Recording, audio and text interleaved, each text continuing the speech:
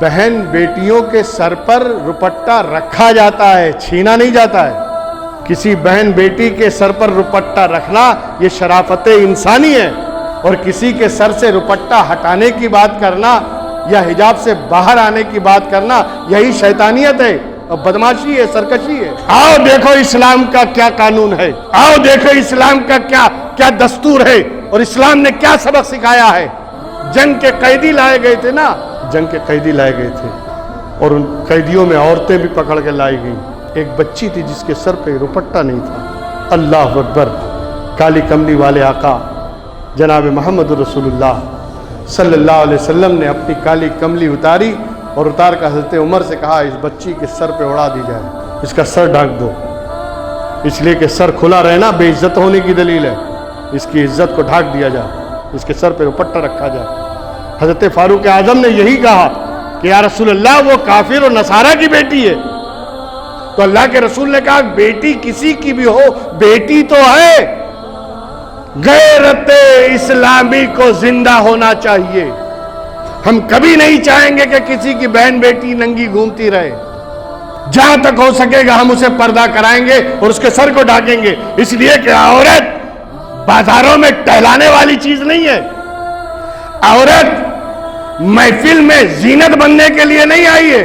अरे ये वो औरत है कि जिसके पेट से अंबिया पैदा होते रहे, जिसके पेट से बड़े बड़े वली, बड़े बड़े बुजुर्गाने दीन, ऋषियों मुनियों ने जन्म लिया है, और इसको बेइज्जत करने की बात करते हैं। शर्म नहीं आती? किस चौराहे पर बेच दिया तुमने अपनी हया को? लेकिन नशा है, ताकत है, सत्ता है, ठीक है, करिए। अबे जब अपने वक्त का फिरौन नहीं बचा तो तुम क्या बचोगे? अपने वक्त का नमरूद और शद्दाद, जुल्म, हत्या और हिटलर जैसा आदमी नहीं बच सका तो कोई क्या बचेगा?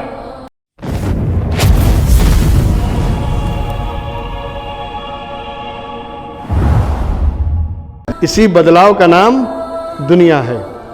हम इस दुनिया में आए, इस दुनिया में आने के बाद भी हम बदलाव देख रहे हैं।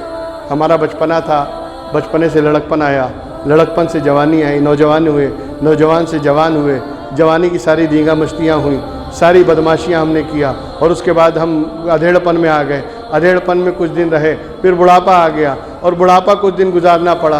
और उसके बाद हुआ क्या?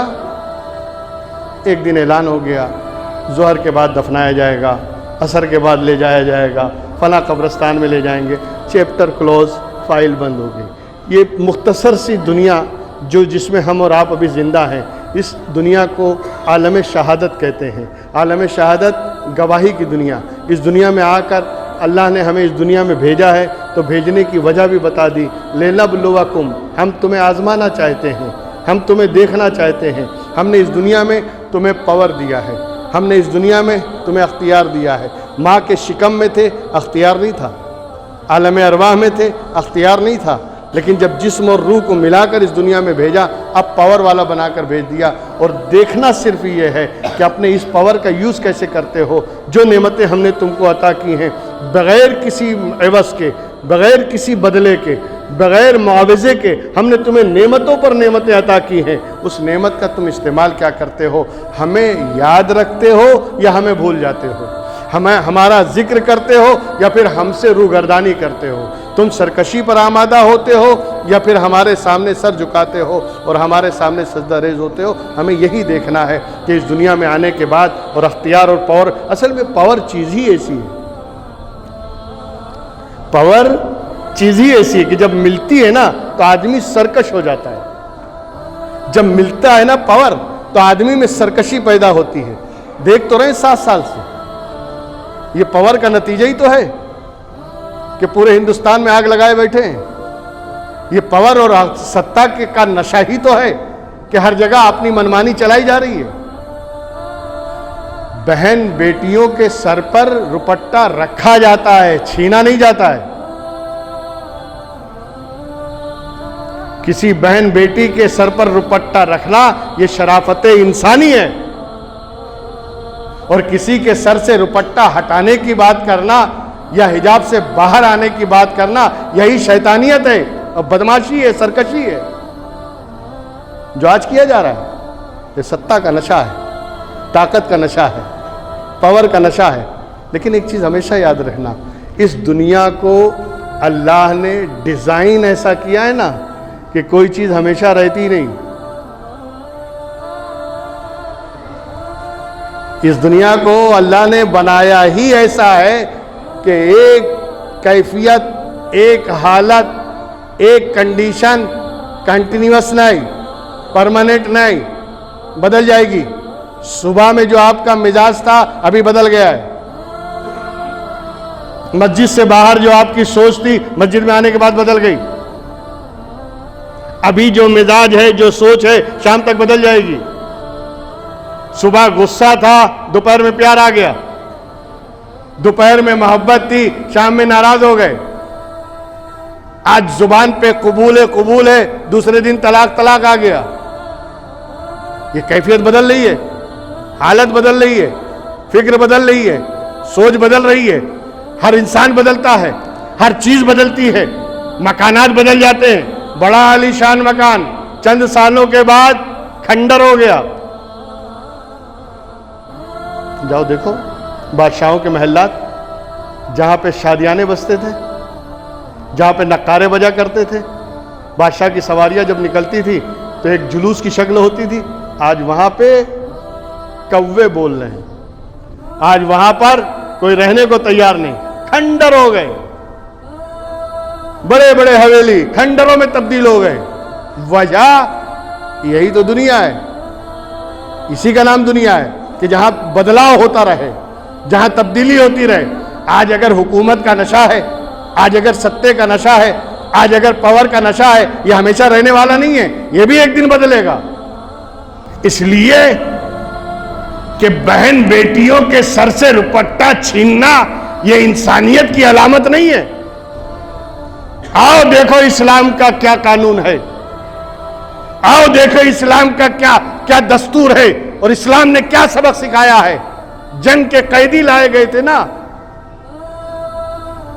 जंग के कैदी लाए गए थे और उन कैदियों में औरतें भी पकड़ के लाई गई। एक बच्ची थी जिसके सर पे दुपट्टा नहीं था। अल्लाह अकबर। काली कमली वाले आका जनाब मोहम्मद रसूलुल्लाह सल्लल्लाहु अलैहि वसल्लम ने अपनी काली कमली उतारी और उतार कर हज़रत उमर से कहा, इस बच्ची के सर पे उड़ा दी जाए, इसका सर ढक दो। इसलिए कि सर खुला रहना बेइज्जत होने की दलील है। इसकी इज्जत को ढक दिया जाए, इसके सर पे दुपट्टा रखा जाए। हज़रत फारूक आज़म ने यही कहा कि या रसूलल्लाह वो काफिर और नसारा की बेटी है। तो अल्लाह के रसूल ने कहा, बेटी किसी की भी हो, बेटी तो है। इस्लाम वो सबक देता है कि गैरों की बेटियों का भी सर ढाको। यही फर्क है इस्लाम और गैर इस्लाम में कि इस्लाम सर ढांकता है और दूसरे सर पे से दुपट्टा खींचने की बातें करते हैं। गैरते इस्लामी को जिंदा होना चाहिए। हम कभी नहीं चाहेंगे कि किसी की बहन बेटी नंगी घूमती रहे। जहां तक हो सकेगा हम उसे पर्दा कराएंगे और उसके सर को ढाकेंगे। इसलिए कि औरत बाजारों में टहलाने वाली चीज नहीं है। औरत महफिल में जीनत बनने के लिए नहीं आई है। अरे ये वो औरत है कि जिसके पेट से अंबिया पैदा होते रहे, जिसके पेट से बड़े बड़े वली, बड़े बड़े बुजुर्गाने दीन, ऋषियों मुनियों ने जन्म लिया है। और इसको बेइज्जत करने की बात करते हैं, शर्म नहीं आती?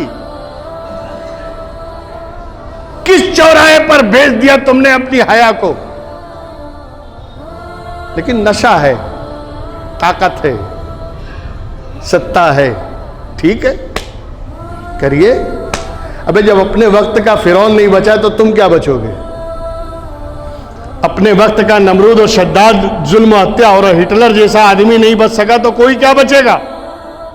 लेकिन ऐसा जुल्म मत करो कि बाद में दुनिया तुम पे लानत करे। ऐसा काम मत करो कि दुनिया तुम्हें नफरत से याद करे।